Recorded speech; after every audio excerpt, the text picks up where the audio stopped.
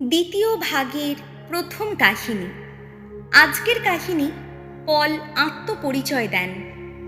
তার প্রত্যেকটি পত্রের শুরুতে পল আত্মপরিচয় দেন। তিনি যে বাণী প্রচারের জন্যে মনোনীত হয়েছেন তাও তিনি বুঝিয়ে দেন। তিনি মনোনীত ইহুদি জাতির গণ্ডির বাইরে সকল মানুষের কাছে রাজর্ষি দাউদের বংশধর যীশু খ্রিস্টের পুনরুত্থানের মঙ্গল সংবাদ ঘোষণা করতে আহুত হয়েছেন।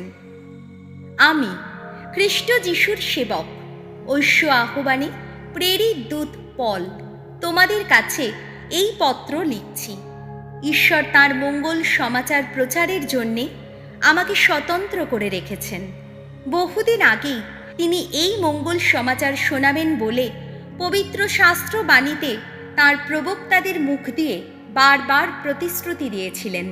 এই মঙ্গল সমাচার তাঁর পুত্রেরই বিষয়, অর্থাৎ আমাদের প্রভু যীশু খ্রিস্টেরই বিষয়। তিনি তাঁর মানব সত্তার দিক থেকে দাউদের বংশেই জন্মেছিলেন, কিন্তু তাঁর সেই পরম পবিত্র আত্মিক সত্তার জন্যে তিনি মৃতদের মধ্য থেকে পুনরুত্থানের ফলে মহাশক্তিধর ঈশ্বর পুত্র রূপেই অধিষ্ঠিত হয়েছেন।